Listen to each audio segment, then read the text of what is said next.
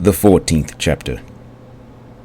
The higher an eater was in grade, the more his face began to take on an animal-like quality. By grade 5, their teeth had fallen out, and were replaced by sharp incisors and canines. In the beginning, it was easier to think of my husband and his tribe of murderous exiles and convicts as a pack of feral dogs. This way, I was never disappointed when they committed acts which displeased me. Not. From her room in the medical ward, Fawn watched in disgust as Deicide and his monster ran through the rebellious pack. Like a thresher plowing through acres of paper dolls, bodies were relegated to indiscriminate red mounds. Buildings in their path crumbled or exploded like castles of sand struck by a giant's boot. The ghastly dramatics she had witnessed in her deep slumber reminded her of the creature she was watching on the display at the foot of her bed. Her brother Alpha was squeezed into bed next to her, leaning against the bed rail, mouth open, added with his antlers. He looked like a deer that was tied to the grill of a pickup. He snapped awake as the automatic food dispensing unit lowered a tray from the ceiling. Smacking his lips and groaning a hello, he began to help himself. Fawn sniffed and folded her arms, having lost her appetite. "That's the captain?" Fawn said, motioning to the screen. Alpha squinted at the display as he peeled an orange. "Yeah, pretty old footage, though," he said. "What the fuck did they do to deserve that?" she said. "Lord Deicide steps in when the terrestrials are tough to crack. Doesn't like to spend too much time on one target," he said. The door slid open, and a female doctor whom Fawn had seen many times before stepped in. "Hello, Miss Dearborn," she said. "Lieutenant?" Alpha waved sheepishly. "Geez, is everyone assigned a personal doctor?" Fawn said. "I'm one of the doctors assigned for your type," she said. "Oh, and what type is that?" Fawn said. "Those that possess characteristics of an intrinsic, a natural, like your brother," she said. "Now that is true," Alpha said, matter-of-factly, popping an orange slice into his mouth. Fawn shot him a narrow-eyed glare before the woman continued. "Well, what do I have?"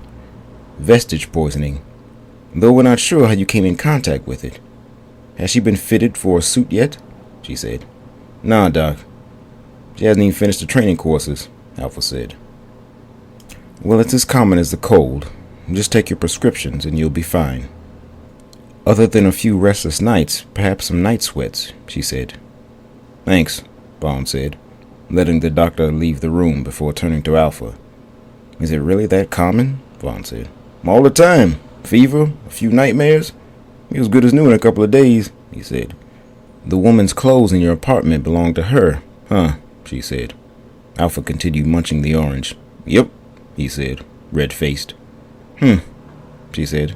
"But doctor," proud that her younger brother had elevated his taste beyond the brainless mannequins he usually pursued. "What?" he said. "Nothing?"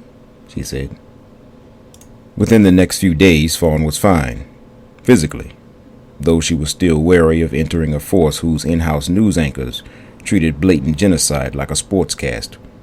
Fawn could admit to herself that she was a bit of a brute, but her callousness had come from being a lifelong soldier involved with actual combat. But many of the veterans she met seemed to be professional murderers, all pretending to be something else. On board the Yolapau, soldiers were their hobbies.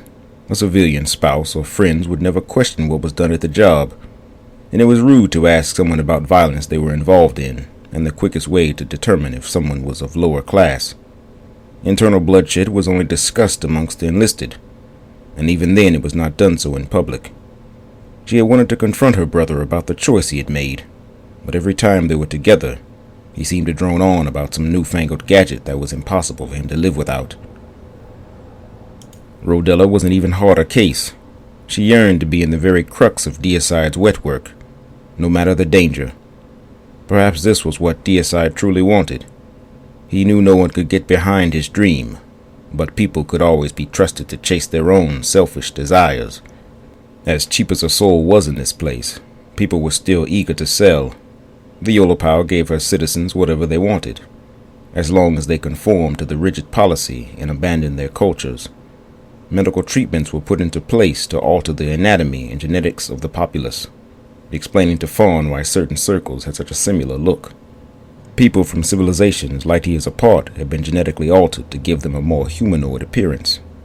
After she was off bed rest, Fawn was free to complete her indoctrination course, which was a militarized tour of the Olopile, brief explanations of the science behind the ship and its equipment.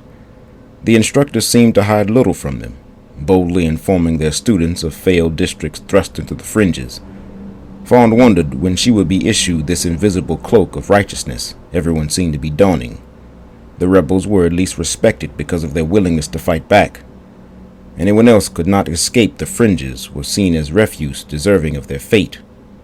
She fought the urge to speak her mind, knowing Alpha's rank was not sufficient to shield him from her transgressions. So she continued to play her role coolly, trying not to show signs of her aversion during the long lectures. Presently, Fawn was dressed out in an empty skid, not yet filled with the inert vestige material. Thrown over it was the uniform of a cadet. How familiar this position was to her.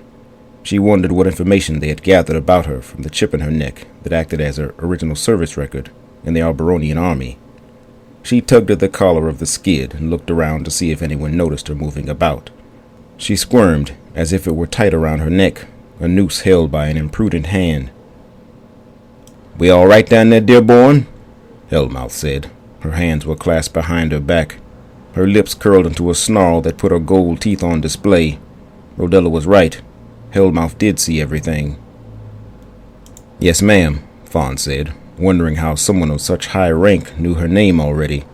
Then immediately she thought of her brother's cult-like following amongst the female, and even some male civilians. It seemed she would never be a common citizen. Behind Hellmouth was baby sister, Rodella, and a few other female instructors. Fawn was told earlier that each department had their own separate training standards. Hellmouth preferred to train males and females separately. She felt that it enabled her instructors to be harder on them both. It was even said that Hellmouth wanted to divide them up further by sexual orientation, but divisions of one gay man and one lesbian woman would just be silly. Besides, they did not have enough instructors to accommodate such small divisions as the Weavers did. This was the obligatory pep talk that every military had upon entrance. She listened to the hard-faced woman drone on about pride and respect. It was good to know that bullshit had the same smell on the other side of the universe. Then she backed away and let her staff divide their classes for the morning lesson. Fawn's class was taken into a training area, modeled after an existing district. It was about a tenth of the actual size of a real district, and was populated with robotic citizens and modest vehicle traffic. They were given a half hour to wander about and get to know the terrain a bit before they were corralled back to the city's edge for the instructions. All of the women jumped as their skids were filled with inert vestige material, turning their gray skids black. They began to take off their uniforms, exposing the snug-fitting skids. Fawn was pleased with the feel. It was light and easy to move around in, but she felt naked without any cordons hanging from her waist as the veterans had. Then their instructors activated the suits, and Fawn felt a cluster of needles enter at equal intervals along her spine. She became worried as she thought her lungs were on the verge of collapse. Then she felt crisp air forced into them. More panic still, as a goop inside her nostrils solidified. She could still breathe through her nose and mouth, but it came with much difficulty. And so she allowed the mechanism to do its work.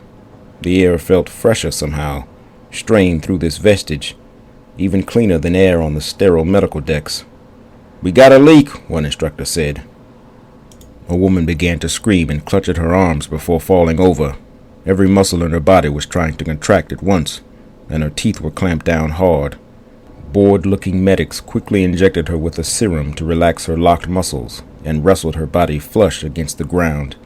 Fawn and other students were shocked. She wondered what exactly was included in this miracle serum. "Voices! They won't stop!" the woman said. The medics gave her another injection that stopped her muscles from seizing. Then one held her jaws open as another pushed in a mouth guard. "All right, kids, back on me. This is why we don't tell new students about their plugs. Don't fuck with them. That's the tech's job. Now breathe," baby sister said. She walked in between the rows of women, looking for any signs of distress or panic. "Don't freak out. If you're having problems, call a training timeout. Just like in boot camp, ladies," Baby Sister said, coming to Fawn. The little woman stood there, wearing a haughty mask, expecting Fawn to fall out. This new sensation was strange, but Fawn handled it reasonably. They had not been asked to breathe water.